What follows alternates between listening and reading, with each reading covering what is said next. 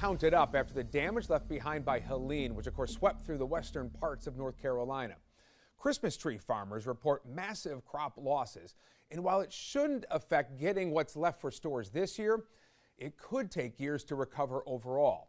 WBTV's Ron Lee tells us about one farm hit hard by the floodwaters. The damage in Avery County is pretty easy to spot. You can literally see debris lying just about everywhere you look, but you would be hard-pressed to find a place that was hit harder than this family farm. They lost 60,000 trees, simply wiped off the face of the earth. All the trees are going to die. Graham Avery is just one of a long line of farmers who have worked this land for well over 200 years, being passed down from generation to generation. No one in his family has ever seen anything like what Helene did. They're in really, really bad shape, so we're trying to figure out how we're going to salvage this. Avery, his wife, and 6-month-old daughter were home when the storm hit, when the overwhelming feeling came over them.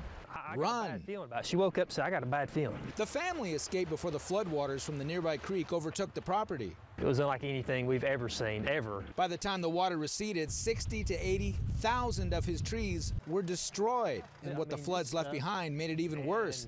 Invasive plants poisoning fertile land.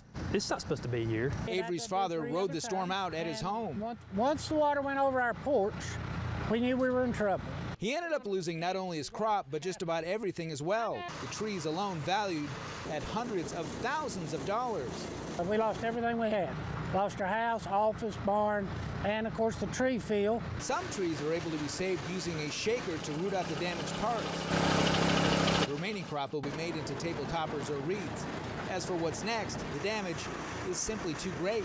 The entire farm will have to be bulldozed and started again, but that could take up to 15 years before they produce another tree. It's awful. I mean, it's just an awful thing that to have to go through. While the Christmas tree farmers could take up to a decade and a half to get back on their feet, they are asking for help. That help coming from consumers to buy real Christmas trees to help their bottom line. In Avery County, I'm Ron Lee, WBTV, on your side. Just a massive impact for our neighbors there in Avery County. Ron, thank you.